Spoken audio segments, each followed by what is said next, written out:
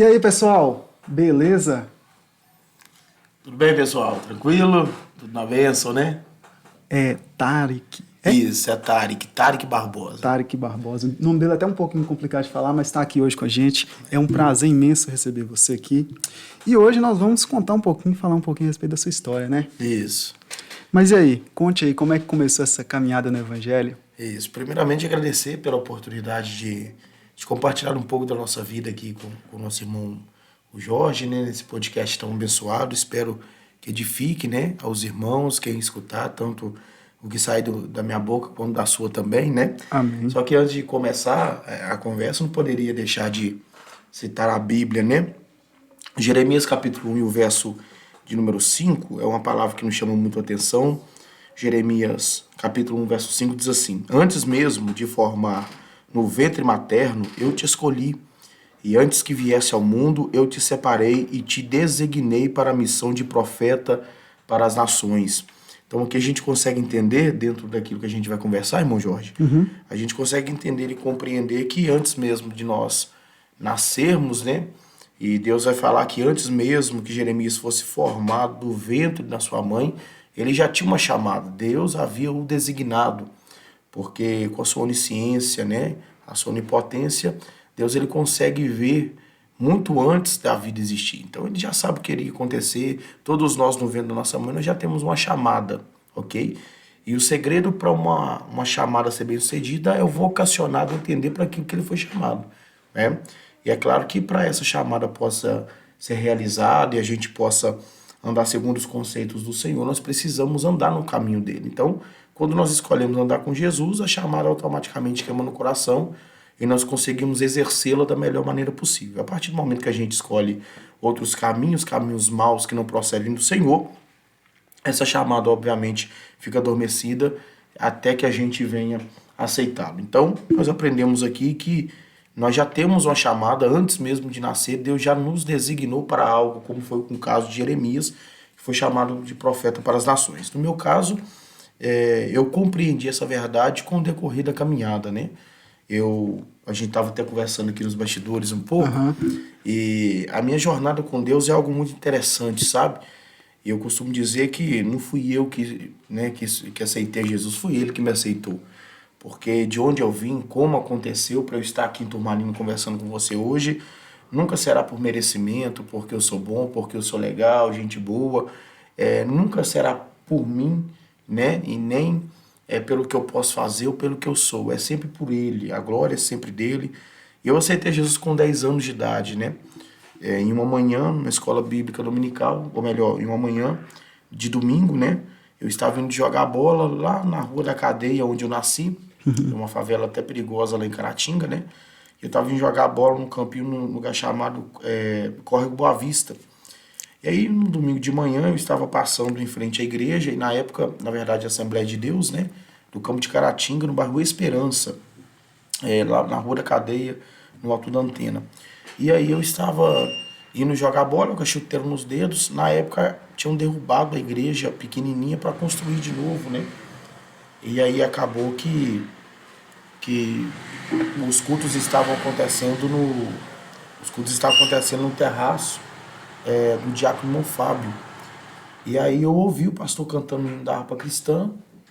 E eu falei com os meninos, vocês podem ir que eu vou ver, o pastor tá cantando, eu quero saber o que é isso. Eu nunca tinha entrado numa igreja evangélica até então, pois meus pais também não eram evangélicos.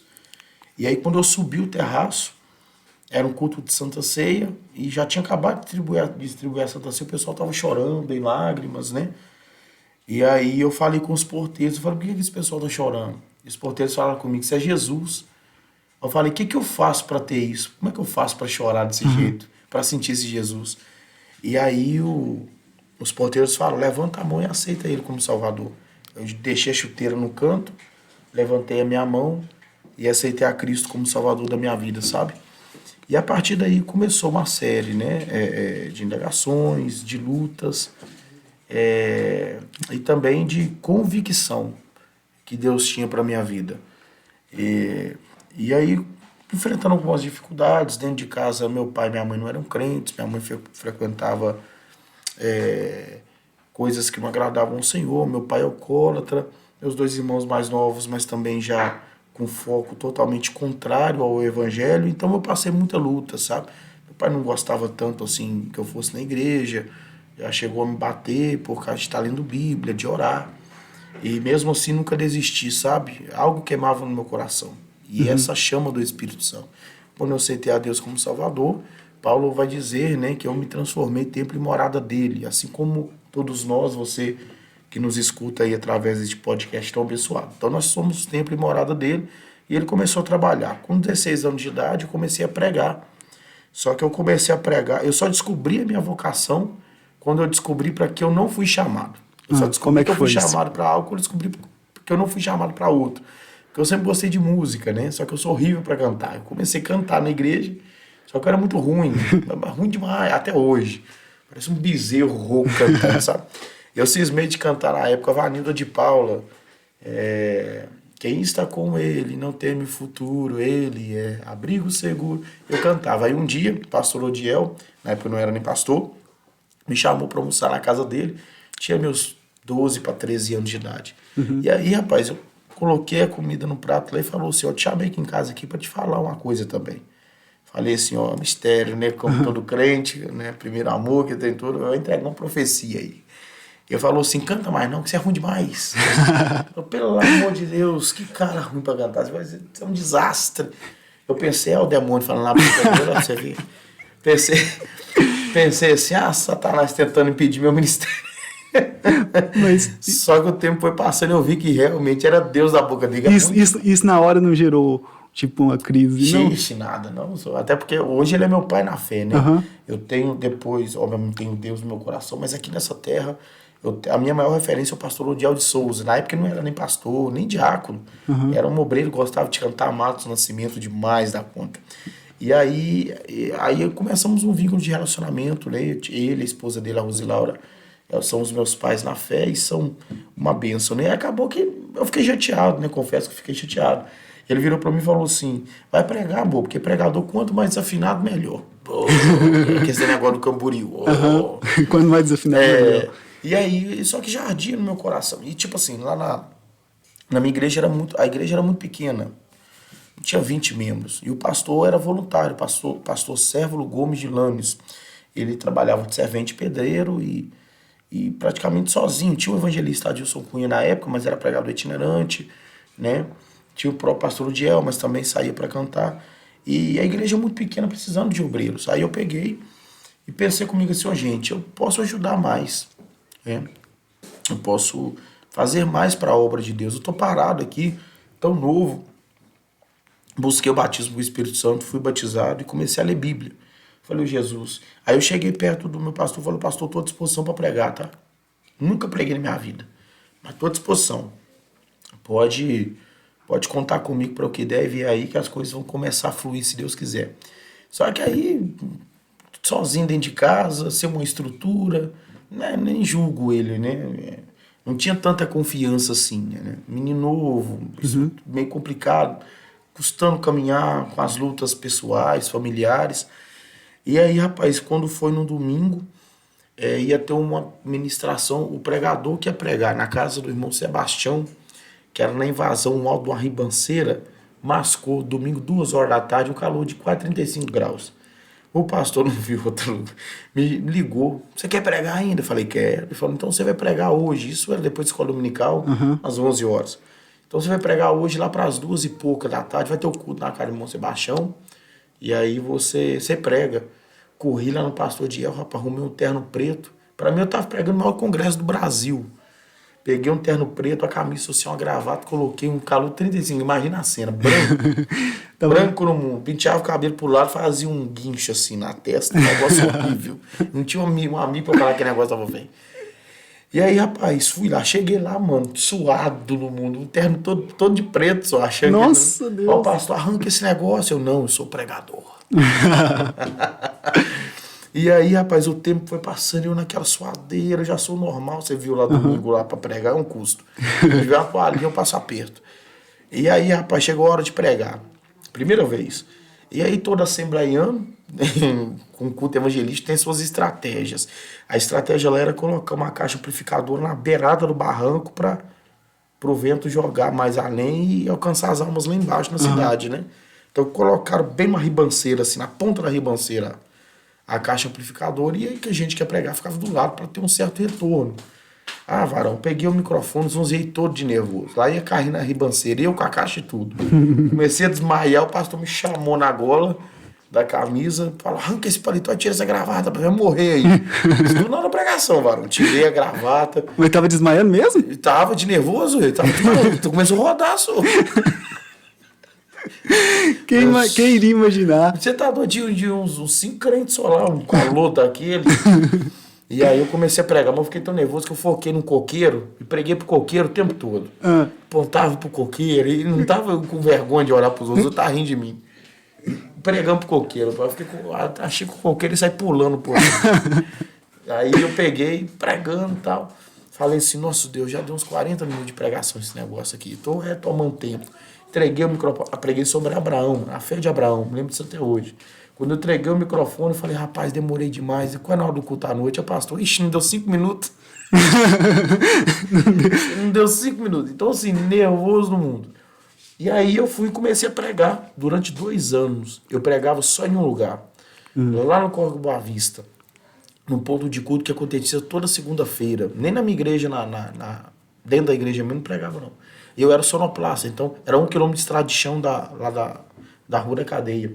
Pegava a minha bicicleta e ia toda noite. Frio, calor, e eu tava lá. E geralmente era uma irmã lá cedia a garagem dela para o ponto de culto, né? Então eu chegava, ela tirava um Fiat que ela tinha da garagem, eu pegava os bancos, ajeitava, esperava o irmão Ivair Egídio, que dirigia o culto, homem de Deus, diácono, né? Aceitou Jesus dentro de uma prisão no Ipaba, estava crente, trazia a caixa amplificadora nas costas, e aí geralmente era eu, ele, a esposa dele e a irmã que cedia a casa. Era 4 crentes só.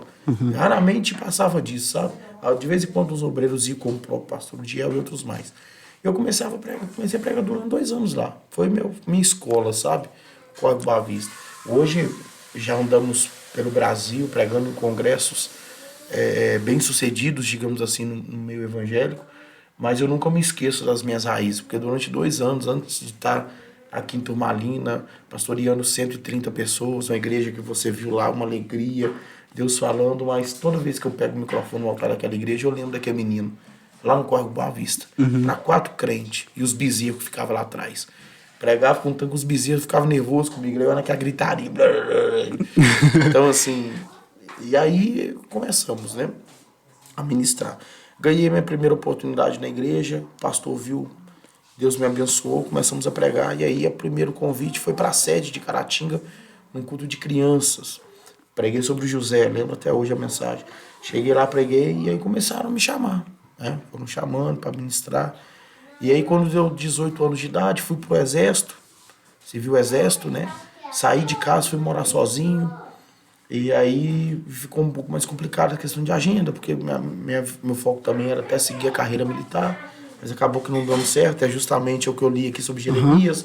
Não era chamada, não era aquilo que Deus tinha para minha história. E aí comecei a pregar.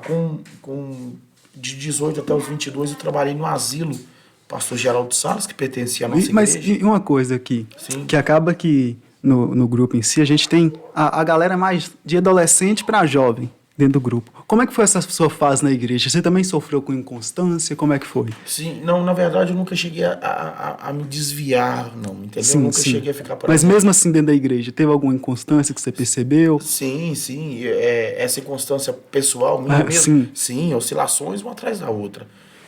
Até porque a fase mais complicada, é a fase quando você passa da pré-adolescência para adolescência e juventude, né? Vem vindo indagações, você começa a conhecer pessoas novas automaticamente, escola, né? E eu gostava muito de futebol, então batizei com 16 anos de idade também, porque eu jogava bola e não podia na época da Assembleia de Deus. Não podia. Não podia não, mas fiquei 6 anos sem batizar, o pastor, quero te batizar. Falei, mas eu gosto de futebol, entendeu? Então na época não podia, era muito, muito rígido a Assembleia de Deus, né? Então, aí nessa fase eu comecei a ter umas oscilações, falar, não achei na Bíblia que é pecado, o pastor não quer me batizar, e comecei a ter umas oscilações, mas eu nunca cheguei a desviar a ponto de sair, entendeu? Não, vou sair vou sair aqui da igreja e tal. Então, eu nunca passei por isso, mas havia umas oscilações sim, sabe? Só que o que firmou muito as minhas pernas na igreja, eu tinha os problemas familiares dentro de casa, não tinha um apoio, né? Então, isso ia machucando, isso ia atrapalhando um pouco. Aí eu peguei e com 18 anos eu saí de casa, fui morar sozinho, trabalhando no asilo, e as agidas começaram a aparecer, e aí Deus entrou no negócio de novo, né? Eu não queria viver de pregação, porque de pregação você vive de oferta, não tem um pagamento. Oferta não é pagamento. Os irmãos te abençoam com o que quiser. E Deus já falava nas pregações, você vai começar a viver para isso, Deus te quer para isso. Eu falava, não, eu não vou confiar, porque vou pregar lá no Rio de Janeiro. Chega lá, combina uma oferta, a pessoa não dá oferta, que eu nem pedi, ela que combinou, e não é um pagamento, eu volto para trás. Eu já cheguei a dormir em rodoviária, por irresponsabilidade de pessoas que convidam para pregar. Como é que foi? Você acha, tipo assim, lógico que não falando quem foi, nem onde, mas você acha que qual foi o pior das histórias assim, que você já passou? Rapaz, eu já passei por algumas muito interessantes, sabe? Só que essa de dormir na rodoviária, porque era uma cidade fora do nosso estado, perigosa, entendeu? Mas já teve vez de pregar no interior de outros estados aí, que você vai de avião até determinado lugar, faz uma conexão em Brasília de 5 horas, chega lá, ainda pega mais 2 horas de carro, mais 3 de estrada de chão, quase mais de um dia e meio de viagem. E tem uma história bastante interessante que eu fui pregar numa determinada cidade, não vou falar o nome. Eu sou ruim com esse negócio, eu acabo falando. Mas vou tentar segurar aqui, o pessoal da igreja me conhece. Eu fui pregar em um determinado lugar, rapaz, acabei de pregar, longe, com fosso. Acabei de pregar, o camarada me deu 2 tartarugas de oferta. Chegou comigo com 2 tartarugas e falou que, ó, tô te ofertando. Eu falei, mas vai me dar tartaruga, varão? Ele virou pra mim e falou assim... Mas 2 tartarugas, bicho? Tartaruga mesmo, barão, desse tamanhozinho. Eu achei que era nota de R$2. Não, sou tartaruga. Tartaruga. Deu tartaruga mesmo, barão. Bicho, pequenininho, bonitinho, mas as 2. Você entender nada. Ele falou assim, guarda na amiga, se a polícia pegar, você é preso ainda. Eu falei, que é isso? Bagunça é essa que eu sou? Nossa. E eu fui e trouxe a tartaruga. E o que você fez com a tartaruga? Fiquei com elas magiando, cuidando das bichinhas. Até que elas morreram de morte moída, como diz o outro. E olha que tartaruga vi bastante, viu? Mas aquelas lá eram pequenininhas de aquário, né? Não era aquelas de jabuti, nem nada disso, não. E aí acabou que... Então, assim, já vivi muita coisa já, sabe? Muita coisa, experiências muito positivas, negativas. Essa, por exemplo, eu combinei no rodoviário com um camarada 9 horas da noite. Ele entendeu 9 horas da manhã. Entendeu 9 da manhã. E me deixou dormindo lá, foi para um sítio. E não me ligou, aí não tinha sinal, não consegui ligar nem nada. Dormi na rodoviária lá. Dormi não, né? Porque você dorme, Mas e aí, o que aconteceu com o cara? Aí o cara chegou no outro dia, 8 e pouco da manhã, porque ele achou que era 9 da manhã, ué. Chegou lá, ele chegou agora. Falei, aí eu dei aquela colada de sabão básica, nervoso, no mundo, com sono, com medo, rapaz. Nossa. Uma cidade perigosa, Você tá no doido, estado do Rio. Passar a noite na rodoviária. Não, e lá no Rio, né, varão? Então. No Rio de Janeiro, a fama não era muito boa. Eu interior de Minas Gerais, lá de Caratinga. Nossa, Deus. Aí você nem dormiu, né? Não dorme não, velho. Vai dar um tapa na cara assim pra acordar, pra não dormir. E aí... Falei com ele da irresponsabilidade dele, que eu sou muito direto também, né? Sim. Sou muito direto. Deus que me ajudou bastante nessa questão. E aí as coisas começaram a andar, sabe? Mas aí eu fui trabalhar. Trabalhei 5 anos no asilo, pertencia à nossa igreja. A mulher me mandou embora. De uma hora para outra. E eu já casamento marcado, aquela preocupação. Só que aí as agendas começaram a aparecer. E aí eu... Fui para itinerância ainda solteiro, casei. E aí Deus me mandou para cá agora para ser pastor de igreja, né? Um novo desafio muito diferente do que eu vivia.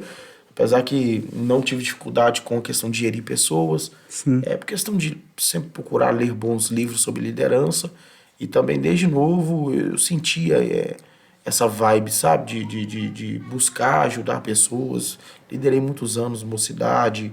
Sempre procurei estar perto dos meus pastores.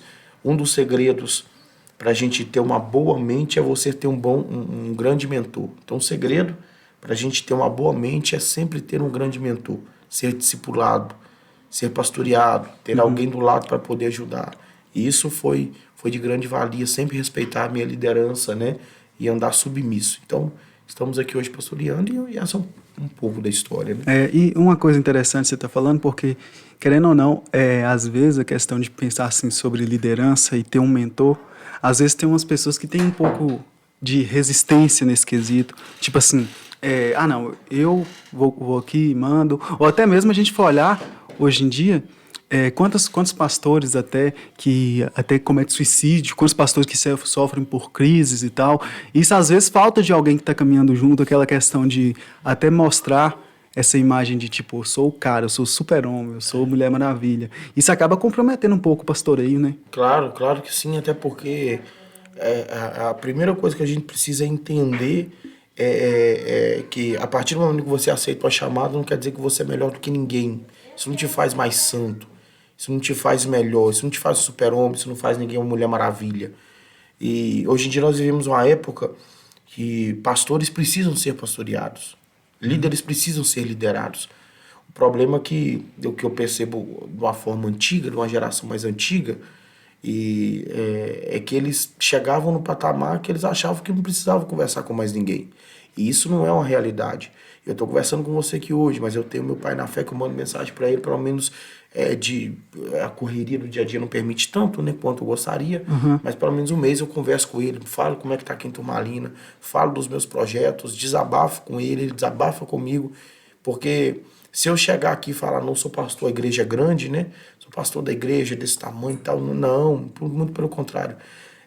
Você tem mais responsabilidades. Eu vou ter que dar conta, varão, de tudo aquilo que eu faço aqui nessa igreja. De cada alma. Vou ter que dar conta de tudo que sai da minha boca em cima daquele altar. Então, isso há um peso, porque é uma responsabilidade. Então, a gente precisa, sim. Existem pastores, por exemplo, que acabam se matando, cometendo suicídios, porque às vezes as pessoas querem demais que o pastor visite, mas ninguém visita o pastor. Eles cobram demais o pastor. Não, meu casamento tá ruim, vem cá. E o pastor tem que ir. Porque ele tá gerindo pessoas, ele tá ali para pastorear, é a chamada dele.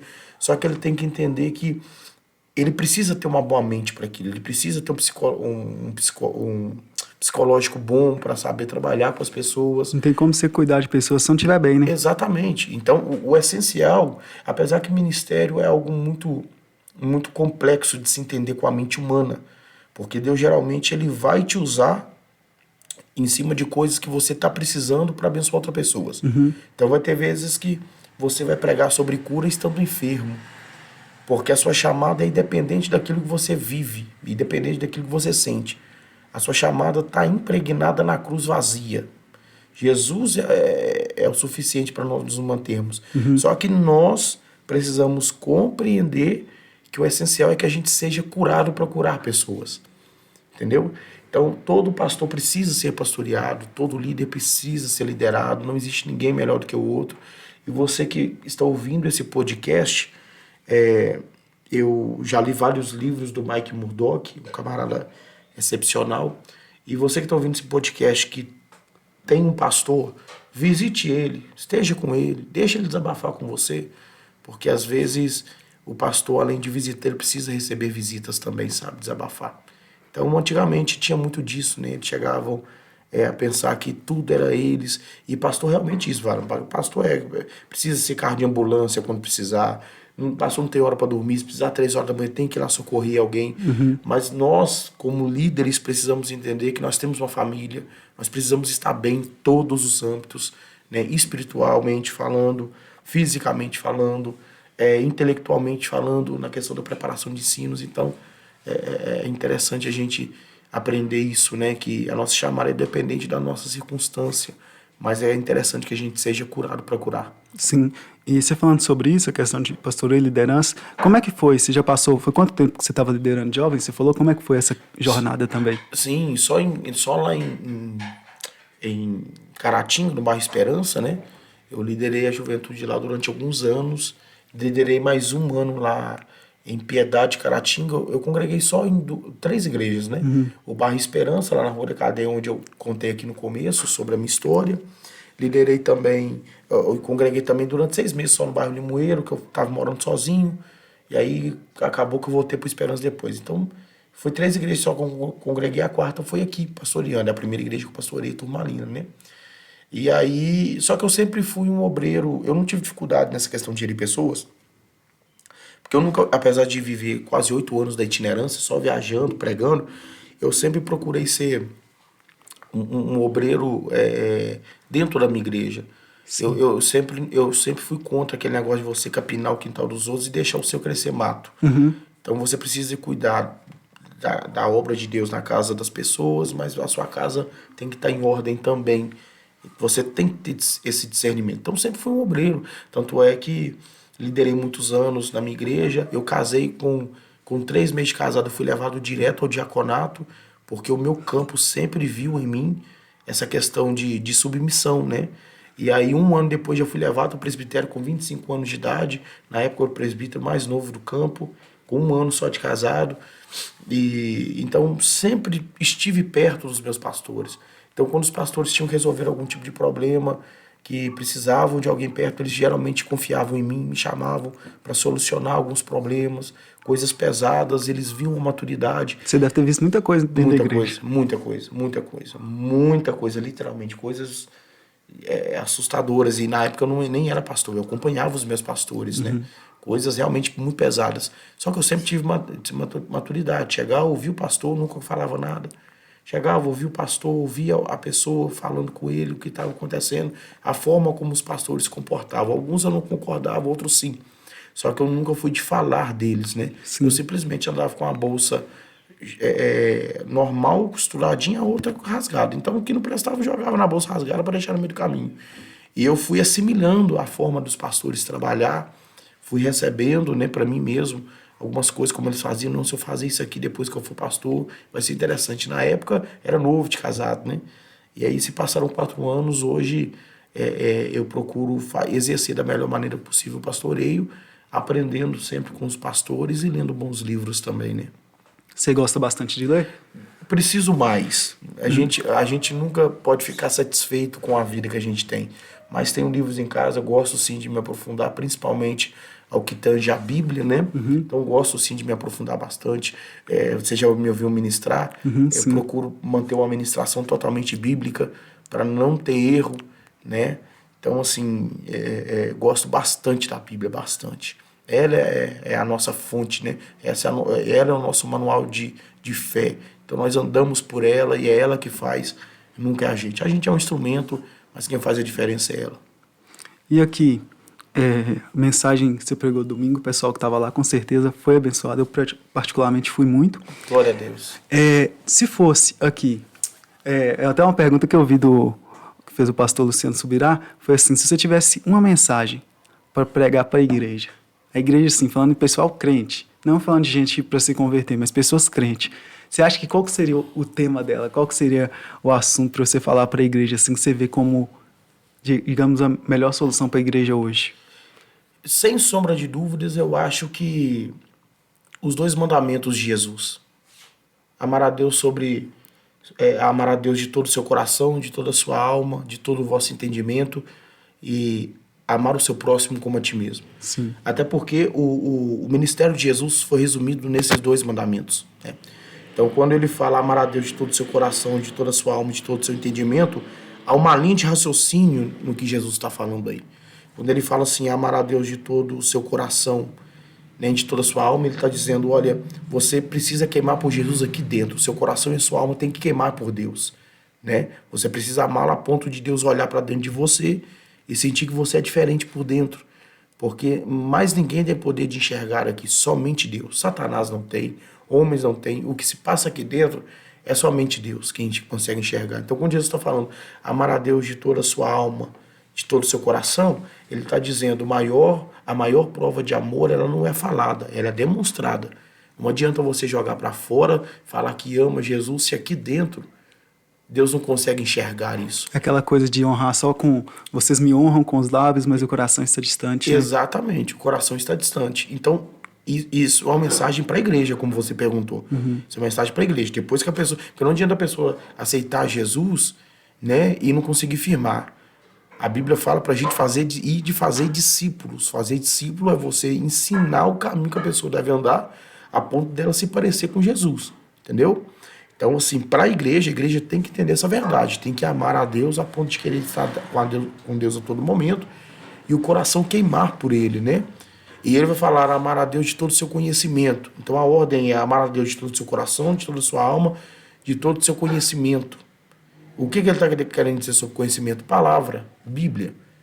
Ele está dizendo, então, nós como cristãos, crentes, que nos dizemos cristãos, evangélicos, crentes, não tem como amar a Deus se a gente não tiver um conhecimento da Bíblia.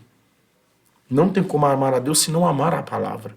Amar a Deus de toda a sua alma, de todo o seu coração, de todo o vosso entendimento. A única forma de você ter entendimento é através da palavra de Deus. Então, todo cristão precisa compreender que ele precisa ter uma vida de devocional. E quando nós enchemos a nossa mente de Deus, ela não tem espaço para o diabo. Então, nós precisamos amar a Deus a ponto do nosso entendimento, da nossa mente estar cheia dele, da palavra dele. E amar o seu próximo como a ti mesmo. Então, resume tudo, né? Resume tudo. Na oração do Pai Nosso, Jesus ele vai ensinar assim, é oração modelo, não é uma oração que a gente tem que fazer todos os dias, mas é uma oração modelo, né? Eu tenho um estudo sobre isso lá na igreja. É uma oração modelo, é para você ter uma cópia de como você deve orar. Não que você tem que fazer aquilo todo dia, senão vira uma reza, né? E um verso antes, o próprio Jesus vai dizer, não useis de vãs repetições. Então, o Pai Nosso não é para ser orado ou rezado todos os dias, como muitos fazem. O Pai Nosso é apenas uma oração modelo, pois o próprio Jesus diz para não usar de vãs repetições. Pois bem, ele vai dizer, Pai Nosso que estás no céu, santificado seja o teu nome, venha a nós o vosso reino, seja feito por vontade, assim na terra como no céu. Para nós de cada dia nos dai hoje. Aí ele vai dizer assim, perdoai as nossas ofensas, assim como nós perdoamos aquele que nos ofendeu, ou as dívidas, perdoamos os nossos devedores. Jesus ele está deixando bem claro que há uma pré-condição nisso aí.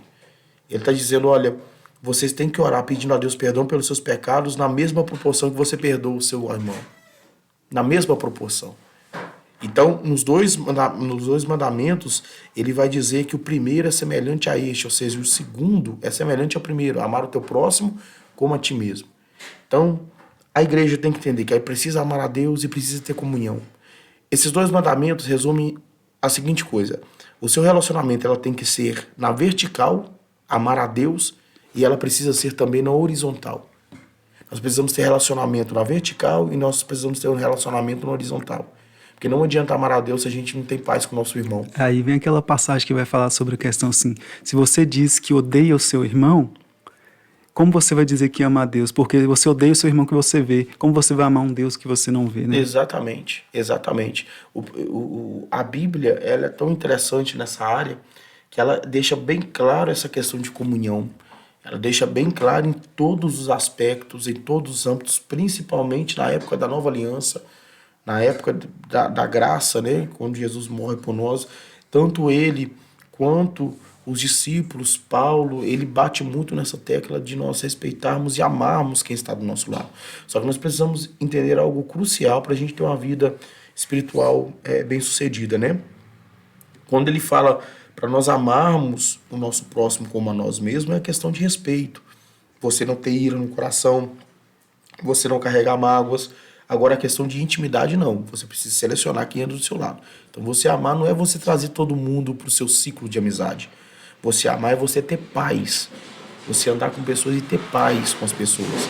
Porque tem pessoas que acham que amar é você desabafar com todo mundo que vê, você abrir o seu coração. É perigoso. Até porque o próprio Jesus, ele não fez isso. Jesus, ele sabia. Tem pessoas que acham, por exemplo, que porque a pessoa prega muito, que a pessoa tem o ministério, é top. Vou colar nele ali porque ele vai ser bom amigo. E não é uma realidade. Às vezes a pessoa é uma coisa no altar e fora é outra. Jesus, ele tinha 12 discípulos. Mas Jesus não chamou particularmente nenhum deles de amigo. Agora, Lázaro era amigo de Jesus. Jesus vai falar que a Bíblia vai dizer que Lázaro era amigo de Jesus. Só que Lázaro não fazia parte dos 12. Por que Jesus não pegou Lázaro para fazer parte dos 12 se ele era amigo? Porque Jesus sabia selecionar amizade de ministério. Nem todo mundo que tem ministério é seu amigo. E nem todo amigo seu vai ter um ministério. Entendeu? Então, você amar alguém é você compreender que você precisa ter paz, você precisa respeitar, mas o seu vínculo de relacionamento você precisa selecionar a Deus. é uma coisa interessante, só interrompendo isso aqui rapidinho. Claro, não, estamos aí para conversar. Na hora que você está falando uma coisa sobre separar, eu estava conversando com um amigo que a questão maior dele era exatamente essa. Só que aí, no caso, era trabalho e amizade. Sim. Ele tinha, no caso, um amigo que era amigo, cristão, uma pessoa que dava para ele conversar, só que no trabalho, ele era o cara que chegava o dia que queria, vinha trabalhar o dia que queria, chegava a hora que queria, então fazia o que queria no trabalho. Porque ele confundia. Exatamente. E tipo, ele tava pensando assim, eu não tô mais, ele só me passa raiva no trabalho.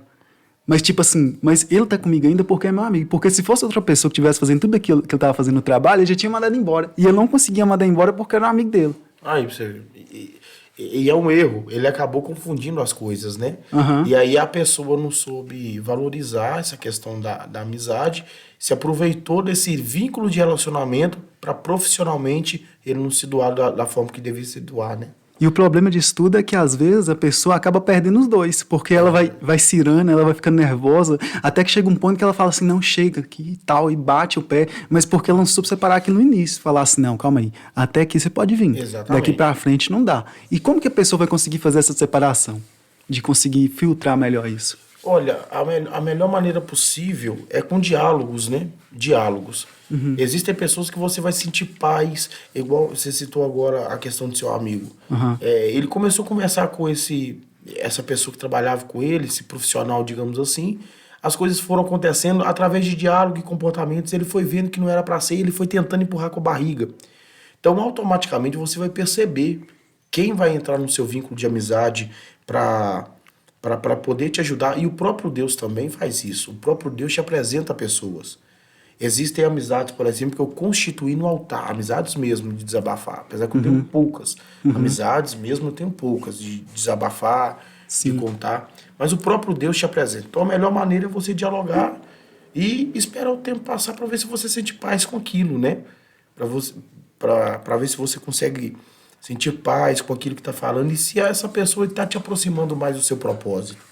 Se essa pessoa que você está conversando, que tá te aproximando mais do seu propósito, se tiver, continue com ela. Só que, repito, né? Os 2 mandamentos de Jesus é crucial para a igreja, pregação para a igreja, só para finalizar lá, né? Uhum. Para a igreja, hoje em dia, é crucial que elas entendam que é amor, o amor de Jesus, tanto na vertical quanto na horizontal. E a partir do momento que a gente entenda também que amar o próximo não é dar intimidade, é você respeitar e ter paz, comunhão, né? Então, se a melhor maneira possível de você saber quem é seu amigo ou não, a sua verdadeira amizade sempre vai te aproximar mais de Jesus. Sempre vai te aproximar mais de Jesus e vai trazer paz para o seu coração. E a sua verdadeira amizade, ela sempre vai te contradizer quando você precisar de ouvir falar um não.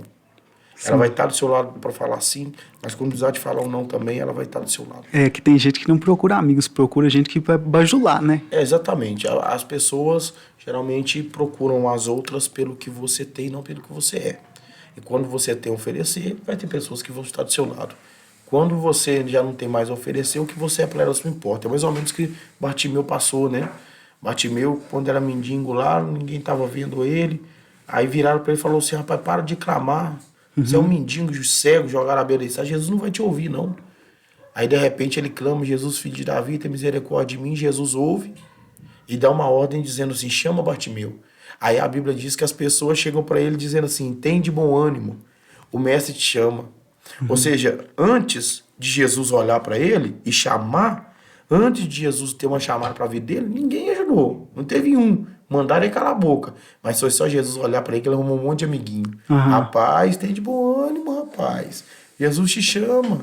Entendeu? Ou seja, essas pessoas tiveram uma palavra de apoio para ele depois que Jesus olhou para ele. Porque quando Jesus não tinha olhado, ninguém se ofereceu para pegar Bartimeu e levar até Jesus. Porque cada um estava olhando para si próprio. Mas a partir do momento que Bartimeu tinha algo de valor, que era o próprio Jesus, né? Aí na mesma hora as pessoas já vieram com palavra, não, tem de bom ânimo, o mestre te chama. Ou seja, para Bartimeu, não valia o que Bartimeu era, e sim o que ele tinha, que era chamado de Jesus. Deixa eu só... Ô mãe, oi. Pega uma água para nós, por favor? Então o copo tá aqui já. E na hora que você tá falando sobre isso, lembrando aqui também de uma história, tem um amigo meu que eu converso com ele demais, até de São Paulo. O irmão, o filho da Verinha, no caso, o Sim, Washington. sim. Converso com ele demais. E teve uma vez que eu lembro que a gente conversando e tal, uma das coisas que ele pegou e disse, eu tava conversando sobre a questão de amizade, eu tava até pensando assim, cheguei pra ele e falei assim, na moral, e na época era uma coisa comigo, não com ele. Na moral, eu acho que você vai fazer tal coisa de trairagem. Ele pegou e não respondeu nada na hora. E por muito tempo eu fiquei pensando assim, mas por que ele não respondeu nada? Sim. Aí depois eu peguei e fui entender. Não adiantaria nada que ele falasse ali comigo, que não iria me convencer no momento. Mas depois, com o tempo, a nossa amizade ganhando confiança e tal, aí eu falei, não, esse cara é um cara que eu posso confiar. Exato. Não é sobre o que a pessoa vai dizer, que tem hora que a pessoa pode ser até falsa sobre o que vai dizer, mas sobre o que ela vai passar com o tempo. Porque um relacionamento de confiança você não consegue assim, do nada.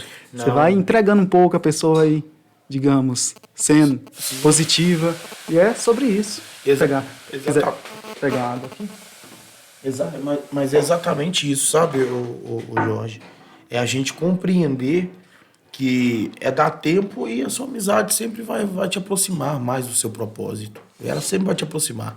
E automaticamente você sente quem está do seu lado por interesse ou não. Entendeu? Eu, que nem eu falei, eu tenho muito poucas amizades mesmo. Eu converso com todo mundo, sou descontraído, sou dessa forma mesmo. Como diz a minha esposa, sou do povão. Gosto mais para desabafar. Eu já passei por tanta coisa na minha vida, apesar de ter 28 anos, né? Mas já passei por tantas experiências com Deus, espirituais e também no mundo ministerial, com a minha vida ministerial, que hoje eu sou muito calejado.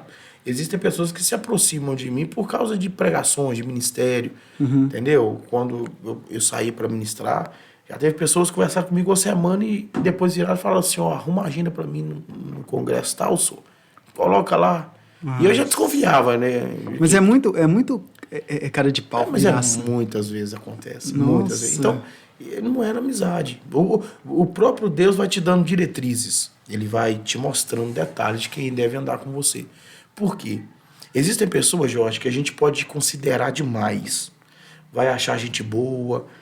Esse camarada é fenomenal. Só que nós precisamos entender que Deus ouve conversa que a gente não ouve. Deus vê o que a gente não vê.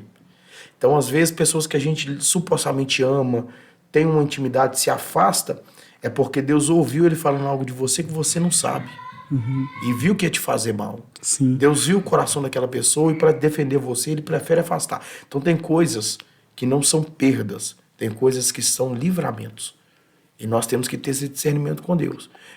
Quando alguém se afasta de mim, por mais que eu goste, que eu considere essa pessoa, mas se essa pessoa se afastou sem nem dar uma justificativa e eu tenho minha consciência limpa, que eu estou em paz comigo mesmo, eu tenho que entender que Deus livrou, porque Deus ouve conversa que a gente não ouve e vê o que a gente não vê. Nas suas costas, talvez estavam planejando algo ruim e no próprio coração, e Deus, para te proteger, ele acabou se afastando. Eu cresci com amigos desde novo, mais de 10 anos de amizade juntos, comendo churrasco na casa do outro, na época eu era solteiro, jogávamos bola junto, e de uma hora para outra nos afastamos. Isso com uns 2 ou 3. Por que nos afastamos? Porque os propósitos eram diferentes e depois eu compreendi que não iam me edificar em absolutamente nada. E pensa no camarada, que é muito maduro para entender esse tipo de coisa, sou eu. Eu tenho amizades hoje, mas não sinto saudade, não. Não sinto, não. Sabe por quê, Jorge? Porque eu compreendi que o meu verdadeiro amigo sempre vai ser Cristo. É Ele que vai estar nas minhas madrugadas que eu precisar de chorar. É Ele que vai estar comigo. Agora, de uma hora, eu odeio pirraça. Odeio. Odeio pessoas pirracentas e que querem ser bajuladas. Sim. Eu entendo pessoas carentes. Tem amigos meus que são carentes, que eu ouvir um bom dia todo dia. Eu já não sou assim. Eu tenho amigos meus que eu considero demais, que eu converso com eles de 2 meses. Eu sou estranho nessa área. A Carta fala que eu tenho até que melhorar. A Carta é minha esposa. Tem até que melhorar. Mas assim, quando a pessoa se afasta, eu vou orar, vou pro joelho. Por que se afastou? Aí eu vou e procuro, corro atrás. Tá acontecendo o quê? Você tá sumindo? Nada. É isso mesmo, tudo bem, tá tudo bem. A pessoa se afastou, então vai com Deus. Se não tem nada para conversar e tal, para melhorar, apesar que isso acontece muito pouco comigo até hoje. Mas então, assim, é ter discernimento, que nem todo mundo que você ama vai estar com você. Existem pessoas que Deus vai levar até um ponto, entendeu? Mais ou menos o que aconteceu com Abraão. Deus fala com Abraão assim, pega o teu filho Isaac, leva ao Monte Moriá e sacrifica-o a mim. Deus não manda Abraão levar servo. Abraão pega 2 servos, leva até o Monte Moriá. Quando chega no Monte Moriá, Abraão falou assim, agora vocês fiquem aqui segurando a jumenta, que eu vou subir mais um menino. Ou seja, eles ajudaram, caminharam com Abraão durante o seu processo, mas quando chegou lá, Abraão falou, o limite de vocês é aqui. Porque o que eu tenho lá em cima é com Deus e vocês não podem subir. Porque quem nasceu para segurar a jumenta no pé do monte, não serve para segurar o cutelo em cima dele. Então, às vezes, os sonhos, os projetos na vida de alguém morrem porque levam pessoas para o monte que não eram para estar lá. Uhum. Se Deus mandou ficar no pé do monte, pode ser legal, pode ter gente boa, mas não pode subir lá para cima. Uhum. Lá em cima, entre você e Deus e mais ninguém. A questão que eu, pelo menos, percebo, que até às vezes uma briga para falar assim, colocar limite e falar que não, é principalmente a questão até do conhecer, né? Tipo assim, eu me conhecendo e sabendo do meu propósito, até onde eu vou, eu sei onde eu devo falar para as pessoas pegar e parar. Exato. Porque tem hora que fala igual, foi uma questão que teve, uma pergunta sobre, estava vendo um curso sobre liderança que falava assim, ok, mas se os seus liderados não vão até você, por que você não vai até eles? Tipo assim, exato, na questão, se eles não venham para conversar, para desabafar com você, por que você não pega e chama eles e vai na lanchonete e senta e tal, e fala assim, não, o que está acontecendo na sua vida? Me conta um pouco. Cria um ambiente favorável para que isso possa acontecer, sabe? Uhum. Lógico que cada pessoa é de um jeito, uns vão ser mais fáceis, outros mais difíceis de falar, até o que está sentindo, isso vem do temperamento e outras coisas, né? Mas é exatamente sobre isso. Isso é um desafio, às vezes, bem grande até que eu vejo na liderança, para você estar à frente da igreja, porque muita gente diferente, como você estava falando, né, no domingo. Exato. São várias mentes. A W. Tozer vai falar que cada mente dentro da igreja é um mundo diferente, né? Uhum. E nós temos que saber que lidar com esse tipo de situação. Então, é exatamente isso, né? Entender o seu propósito, em primeiro lugar. Entender o seu propósito. E lembrando que o fato de você não dar intimidade para as pessoas não quer dizer que você tem que se afastar delas. Porque elas vão precisar de você, você pode precisar delas, entendeu? Pode não ser íntimo seu, mas você, lembrando, amar o teu próximo como a ti mesmo. Então, assim, você precisa ter paz, comunhão, ter o coração quebrantado para pedir perdão se precisar pedir, entendeu? Uhum. E agora, se a pessoa que se afasta por conta própria, você faz uma parte como crente, você pede perdão, porque como cristão, perdoar é você abrir mão do seu direito para abraçar o direito dos outros. Você sabe que você está certo, não fiz nada com a pessoa, mas me perdoa mesmo assim. Uhum. Em nome de Jesus, perdoa que eu quero o céu. Então você pode não ter um vínculo de relacionamento para amizade com a pessoa, mas você precisa ter paz com ela. E ela precisa ter esse conhecimento com você também. Você fazendo sua parte, ela faz a dela. Né? E uma coisa, por exemplo, você acha que qual que é na igreja hoje, qual que é o problema mais difícil dela lidar hoje, dentro da igreja? Assim, como pastor, como membro, qual que você acha que é o problema mais difícil na igreja? Mais complicado? Na verdade, não existe como é que eu posso explicar para você? Um problema difícil? Na verdade, não existe um específico, entendeu? Não existe algo específico. Essa área aqui, para mim, é mais difícil. O mais difícil de pastorear, na minha opinião, é a mesma coisa de você liderar qualquer outro tipo de grupo, que é gerir pessoas. Uhum. O mais difícil é você gerir pessoas, entendeu? Só que a diferença do pastoreio é que é âmbito espiritual. Sim. Então, se você está pastoreando, você lidar com pessoas que são de fácil acesso, outras são de difícil acesso, e o desafio maior do pastor é saber você andar nessa linha tênue para não ser melhor nem para um nem para outro. Porque o foco de todo pastor é ter a visão dele, as ovelhas têm que ser todas brancas. Nenhuma pode ser melhor do que a outra. Uhum. Então, assim, da mesma forma que eu lido com uma pessoa estressada, nervosa, que eu tenho que acalmá-la, tenho que deixar ela desabafar, ao mesmo tempo eu vou encontrar pessoas tímidas que não conseguem falar e eu vou ter que falar para puxar assunto com ela e perder a timidez para poder desabafar comigo, entendeu? Então, assim, eu não acho que tem um problema específico, porque o diabo luta em todas as áreas. O diabo luta em todas as áreas. Existem pessoas que têm determinadas fraquezas que o diabo se aproveita daquilo. Então, o desafio maior não é uma luta específica, é você gerir todos ali dentro. É você saber andar com todos, é você, por mais sabendo que sejam mentes diferentes, todos têm que ter o mesmo propósito. Isso depende do pastor. O pastor tem que colocar a igreja toda no propósito. Todos precisam entender a visão, entendeu? Uhum. Então, na minha opinião, dentro da igreja, a dificuldade maior é você saber gerir essas pessoas e entender que é um âmbito espiritual. Eu estou lidando com a noiva do Cordeiro. Diferente de um gerente de uma firma, eu estou lidando com a noiva do Cordeiro. Há demônios que estão ali percebendo tudo que está acontecendo por uma brecha para tentar puxar alguém para baixo. Então, assim, além de psicológico, entra o âmbito espiritual também, entendeu? Então, o desafio maior é você saber gerir as pessoas, sabendo que nem todas são iguais, mas você precisa manter o seu foco, na minha opinião particular, né? E no caso, por exemplo, o quanto que sua esposa faz parte desse ministério com você? A minha esposa, rapaz, eu digo 100% e eu vou te explicar o porquê. Porque o ministério, para ser bem sucedido, ele precisa ser bem sucedido na igreja e precisa ser sucedido dentro da sua casa também. A minha esposa, por exemplo, ela não chega a aparecer tanto, ela não é de pregar, ela canta muito bem, mas é mais tímida. Mas por que eu falo que ela é 100%? Porque ela não prega, mas quando eu estou preparando o momento da pregação, para mim estar ministrando, ela está orando por mim. Ela está cuidando da minha filha da melhor maneira possível, para que eu possa chegar bem na igreja. Se eu tiver uma esposa que não me deixa orar, não me deixa pregar, se eu tiver uma esposa que não aceite, né, o meu ministério, obviamente eu não vou conseguir andar para frente. Não vou conseguir para frente. Então eu preciso casar com foco, né? Eu casei com foco, com a mulher de Deus que entenda a minha chamada. Então hoje eu consigo pastorear porque eu tenho paz dentro da minha casa para isso, né? Então eu digo 100% por causa disso, porque na minha opinião, eu e ela, nós somos uma só carne. Ela precisa estar bem, entendeu? Antigamente as pessoas achavam que na terra primeiro era Deus, na terra, depois igreja, depois família. Pastores se doavam demais para a igreja e se esqueciam da família. Eu sou o contrário. Eu dou prioridade total para o meu Deus. Minha vida é dele, eu me entreguei para ele, vivo por ele, estou aqui por ele nessa cidade. Nada mais, nada menos, é por Deus. Segundo é minha família. No dia que a minha esposa falar assim, eu não estou bem, eu vou correr atrás para ela ficar bem. Eu vou correr atrás para ficar bem.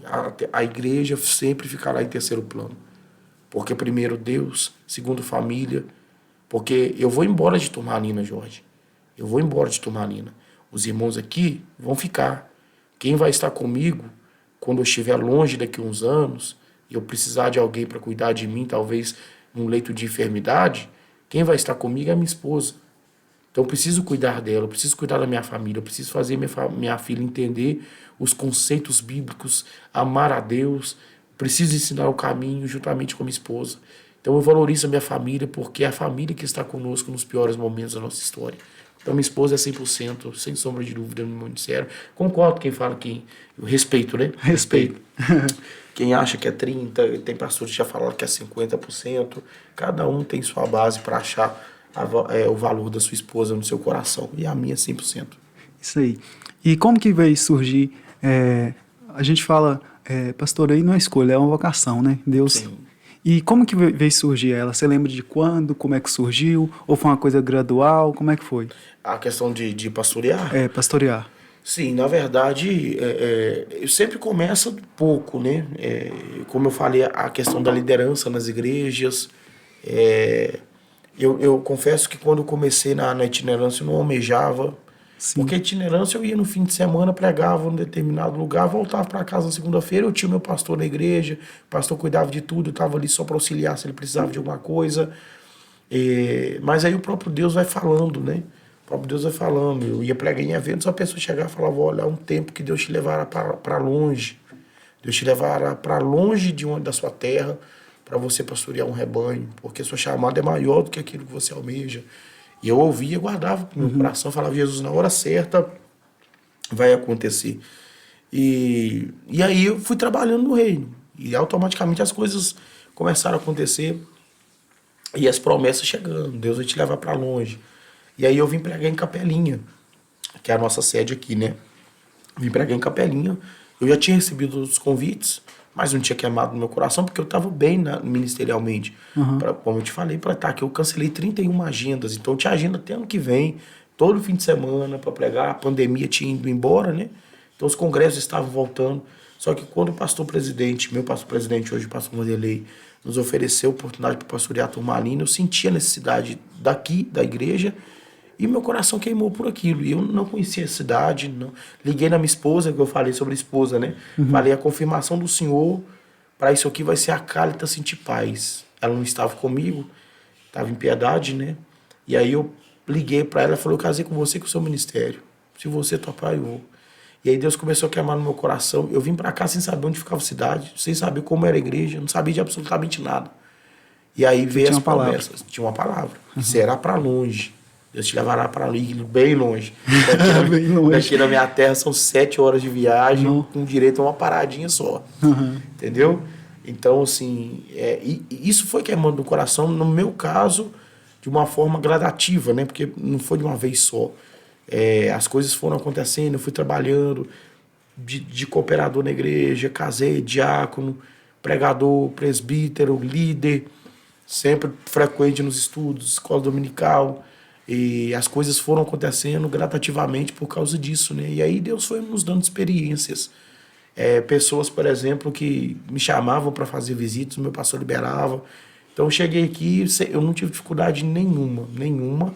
Né? A dificuldade, assim, uma dificuldade extra por ser imaturo ou inexperiente, pelo fato de sempre procurar ser um pregador itinerante, mas obreiro na minha casa, né? Sempre ter experiência com pessoas para liderar. Então, tem quase 5 meses já, primeira igreja que estamos pastoreando, procurando fazer o melhor para Deus e melhorar cada dia mais, porque perfeição é só no céu, né? Sim.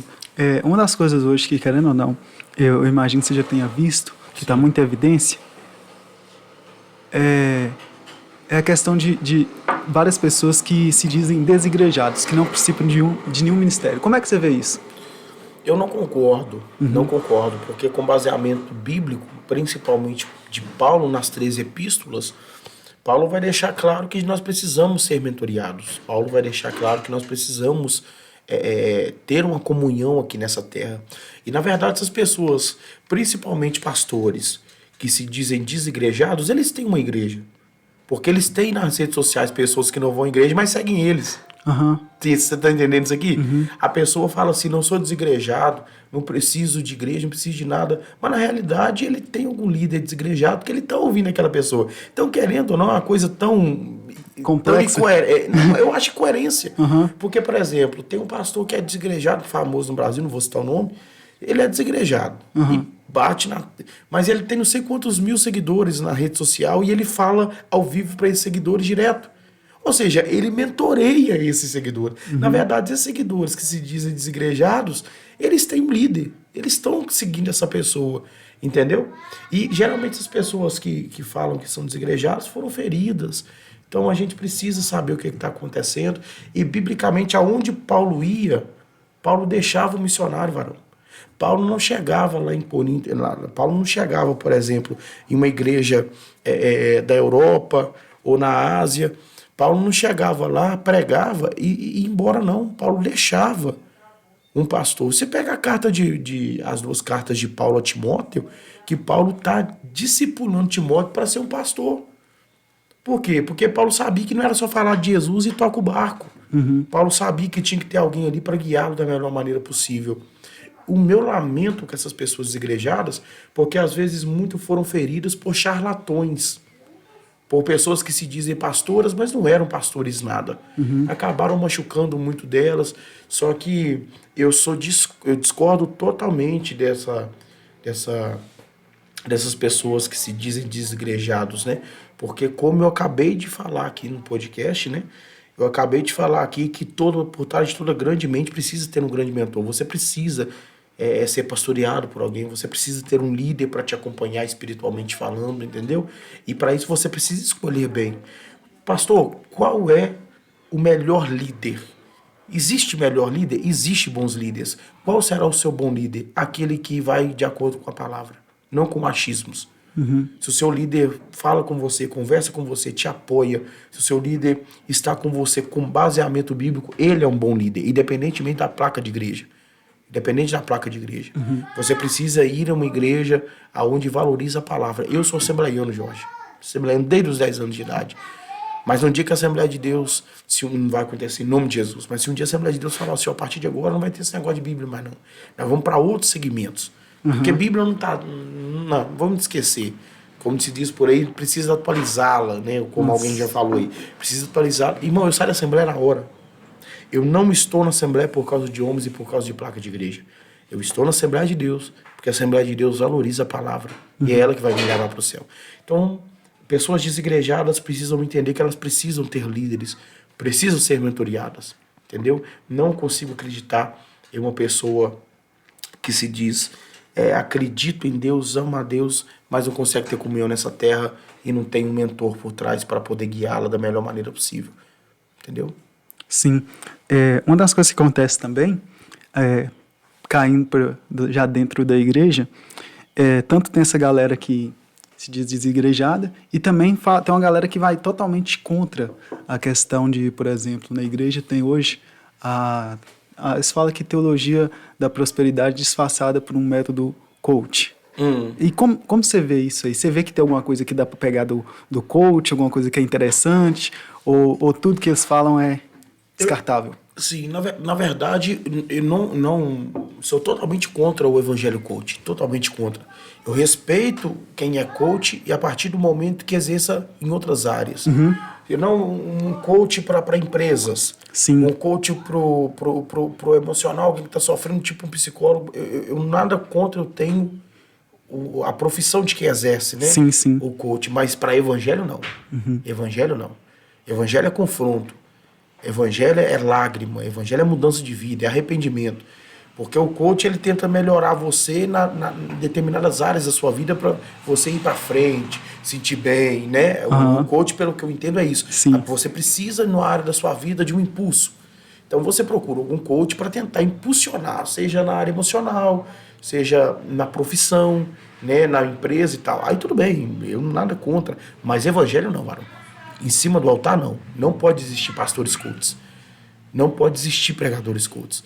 Porque assim, varão, a partir do momento que você aceita esse Cristo, você tem que se martirizar mesmo. Você tem que se doer por dentro, varão. E sabe, eu sou errado, sou pecador.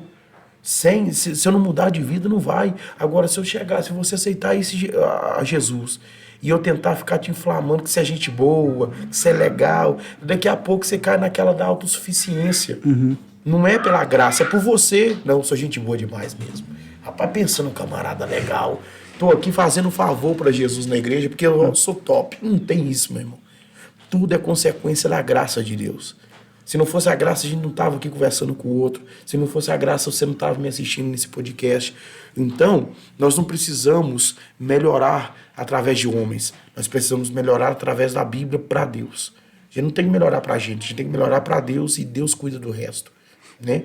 Então, eu sou totalmente contra pregação coach. Pregação, para mim, é confronto. Arrependimento não é lágrima. Arrependimento é mudança de vida. Entendeu? Então, concordo com os coaches nas profissões, mas Bíblia, Evangelho, não, varão. Evangelho é confronto. Até porque o Evangelho não vem só para consolar, ele vem para confrontar e para exortar também. Exatamente. Né? Então tem essa parte. Acaba que se pegar e tirar só uma e deixar a outra, acaba anulando uma parte do Evangelho. Não tem como a gente viver.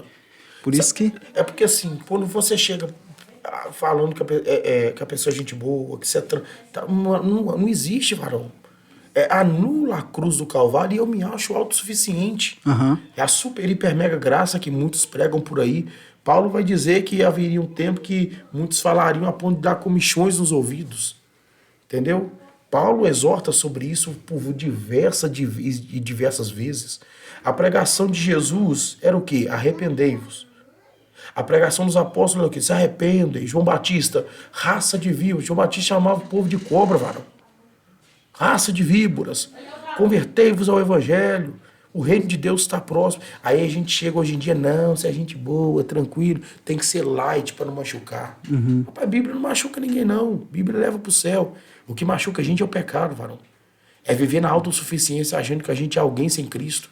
Sabe por que existem muitas pessoas desigrejadas? Por causa desse tipo de pregação. Não, eu me basto. Eu consigo manter aqui crente no Senhor Jesus, porque eu sou tranquilo. E não é uma verdade, varão.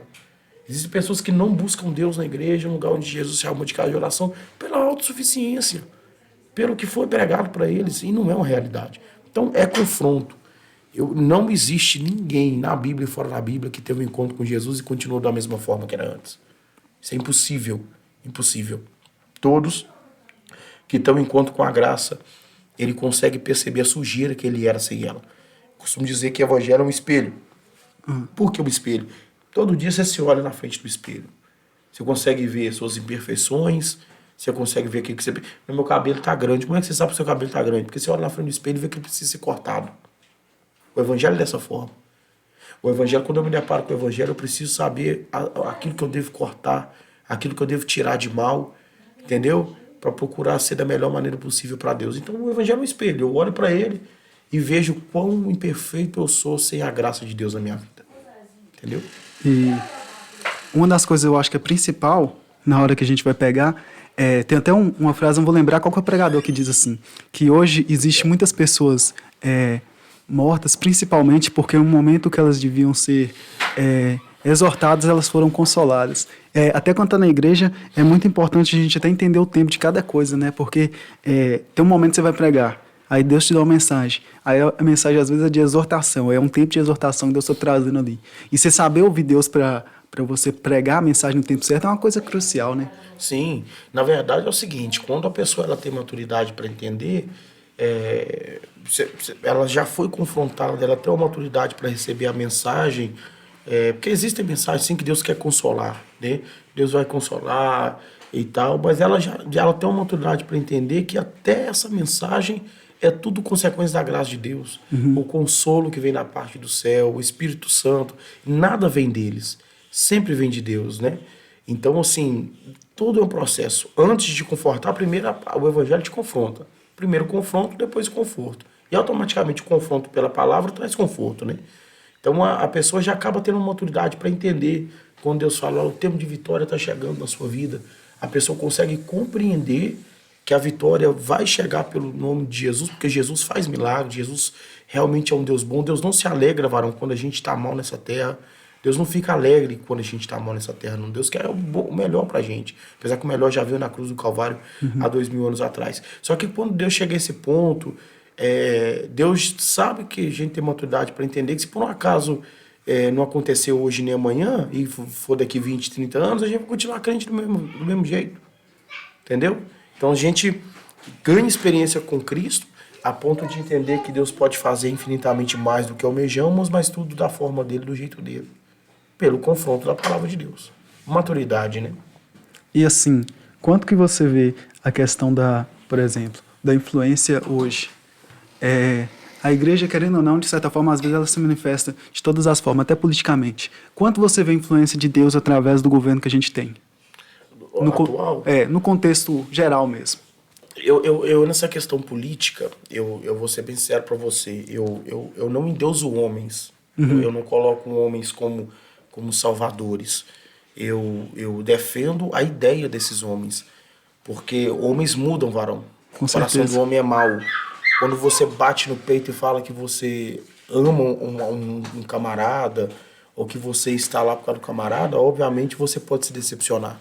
Agora, nessa questão política, nós precisamos bater em cima da nossa ideia. O que nós pensamos como cristãos? Qual que é a nossa mentalidade? Qual que é o nosso foco? Eu, por exemplo, não vou citar nome de ninguém, mas, por exemplo, eu tenho a minha posição como cristão hoje em dia. Eu não posso colocar no governo alguém que é a favor do aborto. Eu, pastor de igreja, cristão, eu não posso chegar, dobrar meu joelho, pedir a Deus para que abençoe minha filha, entendeu? E falar assim, Jesus, guarda minha filha, que ela cresça bem. Aí eu vou e coloco um voto no candidato que é a favor do aborto para matar crianças inocentes. Entendeu? O aborto é uma vida ali, é um inocente ali. É incoerência. Eu não posso chegar e votar em alguém que é a favor da ideologia de gênero. Entendeu? Porque vai antes, contra a Bíblia. Eu não quero que a minha filha cresça, varão, e esteja urinando em um banheiro público, e chega um camarada de 35 anos, pedófilo, tira o órgão genital para fora, começa a urinar do lado da minha filha. Eu não quero que a minha filha entre num banheiro dentro de uma escola e chega lá, tem um monte de rapazinho vendo a minha filha usando banheiro. Então, eu sou contra esse tipo de coisa. Eu repito, por que eu não endeuso homens? Porque existem erros em ambas as partes. em ambas as partes. Só que o que me mantém crente e uma posição cristocêntrica é a Bíblia. Então hoje eu tenho o meu voto num candidato que procura valorizar a família. E eu disse aqui no começo desse podcast que depois de Deus é família. Então eu vou votar num candidato que valoriza a família, que preserve os bons costumes da família, por ser um cristão. Só que eu acho que é o seguinte, isso não pode ser falado no altar, opinião minha. Altar é lugar de evangelho. Eu tenho que mostrar minha posição, aqui no podcast eu tenho minha posição. Eu não voto na esquerda. Não, jamais, não voto. Meu voto não é de esquerda. Porque vão contra os meus conceitos bíblicos. Meus conceitos, Varão. Não é por homem. Não é porque é o candidato X aqui, o candidato não gosta daquele. Não é o candidato. É as minhas ideias bíblicas, entendeu? Então, eu não voto na esquerda porque eu sou cristão. E eu acho que um cristão não pode abraçar esse tipo de coisa. Só que no altar da minha igreja, você nunca vai me falar, ouvir dizendo isso. No altar da minha igreja, eu não vou defender homens. No altar da minha igreja, na época de eleição, eu vou pegar o microfone, não posso ser omisso, e vou falar, nós temos que votar em um partido que tem as nossas ideologias e que valoriza a família. Prioriza a família. Nós, como cristãos, não podemos ser hipócritas e coerentes, dobrar o joelho e falar para Deus abençoar nossas crianças se a gente vota em alguém que é a favor do aborto lá em cima, varão. Não tem jeito. É coerência, entendeu? Só que sabendo respeitar, varão. Quem gosta de votar, se quiser votar, varão, não, pensa no camarada que é zero discussão de política. Zero. Não discuto política com ninguém. Tenho o meu voto, vou votar no George Clooney. Amém, minha filha. Porque se eu discutir com ele, varão, ele não vai mudar o voto dele, mas eu tenho minha posição. E sempre será essa. Mas altar de igreja, não. Altar de igreja é lugar de pregar evangelho. Fora dele, eu converso, né? Converso. Sim. Se eu ver que o camarada deu o primeiro grito, eu só falei, vai, tranquilo, varão. Sim, até uma questão que às vezes fala assim, a questão de, tipo, de não poder falar é uma coisa ruim, né? Tipo assim, falar assim, não, eu acho que não pode falar. Eu acho que todo cristão, todo cidadão pode falar a respeito. Tem que falar. Tem que falar a respeito. Já a questão é igual você disse. No momento do altar, as pessoas estão esperando muito mais uma palavra de Deus do que uma palavra sobre o candidato A, B, C ou D. E até pode acontecer alguma coisa de complicar depois. Lá na frente, essa pessoa pegar e mudar. E aí você fica lá de carão porque você fez a propaganda e tal. Isso. E outra coisa, você não vê isso na Bíblia, varão. Você não tem respaldo bíblico. Você não vê Jesus e Paulo. Você não vê ninguém pregar sobre homens. Entendeu? Você vê Jesus e Paulo, Timóteo, outros mais, pregando sobre uma ideia bíblica. E pronto, acabou. Sim. Entendeu? O máximo que a gente vai fazer é pregar contra coisas, por exemplo, igual a ideologia de gênero, o aborto, que não tem como você não pregar. Antibíblico. Aí você não tá... Isso não é um partido. Isso é um movimento que é antibíblico. Aí sim. E como eu já fiz ali na igreja. Só que, por exemplo, eu acho que a gente precisa falar sobre política. A igreja precisa se envolver. Eu acho que tem que ter pessoas crentes lá, sim. Tem pessoas que crente para mim não pode se envolver com política, mas são essas pessoas crentes, varão. Eu acredito, sim, boa índole. Eu acredito que nem todo mundo faz parte de um pacote de pessoas maus. Não, varão. Até porque, para alguém falar isso, ela tem que estar lá dentro e confirmar com certeza que todo mundo é igual. Se eu não tô lá dentro, varão, não sei como é que funciona na câmera, não sei como funciona os debates, eu não tô lá dentro. O que eu tenho que fazer é confiar e depositar meu voto em pessoas que têm o mesmo pensamento que eu. Eu acho que sim, nós devemos falar sobre política, nós devemos discutir sobre política, mas fora do altar. Mas como cristão, precisamos sim nos posicionar. Precisamos sim defender nossas crianças, nossas famílias. Precisamos sim orar a Deus para que Deus abençoe a nossa nação. Né?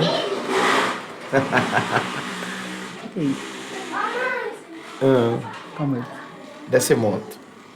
Então, assim, esse é o meu pensamento, sabe? Mas já passou, acho. Passou? Vambora. Então, esse é o meu pensamento. Precisamos nos posicionar, os cristãos têm que se posicionar, mas altar, igreja, aquele ambiente ali, aquilo é para Deus. E até hoje em dia, se for olhar, tem muitas outras formas de falar, igual aqui no podcast, na internet. Tem como a pessoa se posicionar de forma tranquila. Não precisa pegar aquele ali, né? Especificamente para fazer isso. Tem muitas outras formas hoje. A gente for olhar, tem alguns cristãos que vão se posicionar.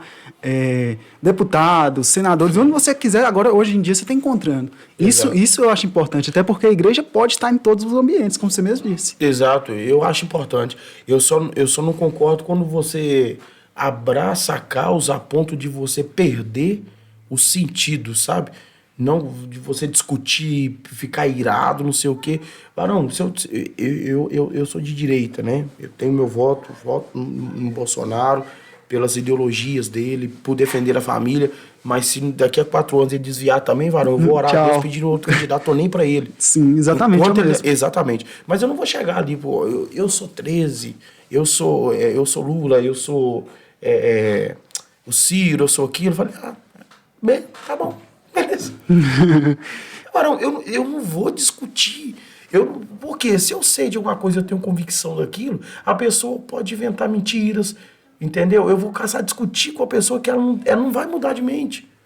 Eu vou trazer desconforto para mim, para ela, entendeu? Eu, como pastor de igreja, eu acho muito errado pastores ficarem debatendo com a intenção de mudar a mente de alguém que não quer ser mudado. Tem gente que não quer. Entendeu? Varão, eu lido com pessoas de diversas formas ali na igreja.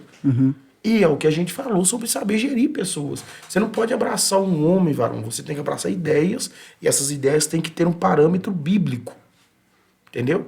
É aquilo que eu tô falando. Hoje eu tenho meu voto em determinado candidato. Se daqui a 4 anos, varão, ele mudar de ideia, e a minha consciência está limpa. Porque eu não abracei a ele, eu abracei as ideias dele. Até porque a política tem que ser dessa forma. Tem que ser o que for bom para o nosso país. Não o que é bom para ele, entendeu? Não o que o candidato é, mas sim o que ele oferece. Entendeu? É diferente de evangelho. Deus é pelo que é, o candidato é pelo que ele oferece. Você não pode... Você conhece qualquer um desses candidatos a fundo? Você sabe os bastidores? Não. Então não tem jeito, hein? A gente tem uma imagem, digamos, uma perspectiva muito limitada do que a gente vê, né? Muito limitada, Varão. Eu nunca nem vi o homem pessoalmente. Eu sigo ele pelas redes sociais e as propostas dele de governo são aquelas que se encaixam com aquilo que eu penso, biblicamente falando. Biblicamente falando. Então, por isso que eu voto. E, assim, lógico que a gente pensando, já finalizando, já tem Tranquilo, meu amigo. uma hora, mas de considerações finais aí, que você queria deixar uma palavra para o pessoal que está também nos assistindo, fique à vontade. Eu agradeço muito pela presença, viu? Deus abençoe muito e muito sucesso nesse pastoreio aqui em Turmalina. Amém, meu amigo. Em primeiro lugar, é agradecer você pela oportunidade, né?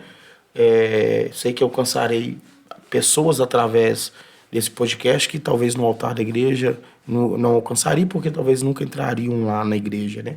Mas eu quero agradecer você pela oportunidade, dizer que estou muito feliz de estar aqui conversando com você, que esse bate-papo tão legal. Espero voltar outras vezes, né? Com certeza. E agradecer você também que tirou um tempinho aí para assistir. Espero que tenha te edificado de alguma maneira, de alguma forma, e que Deus possa te abençoar a cada dia mais, de uma forma muito especial, e se lembrando sempre que Deus em primeiro lugar, tá bom? Que Deus possa te abençoar em todas as áreas, em nome de Jesus, e agradecer, né, a vocês aqui em Turmalina pela receptividade comigo, com a minha esposa, tanto quem é da igreja quanto não é, a cidade é muito receptiva, e nós só temos a agradecer, e a ideia é fazer uma história muito linda aqui debaixo da graça de Deus, tá? Então Deus abençoe a todos de uma forma especial, e meu muito obrigado.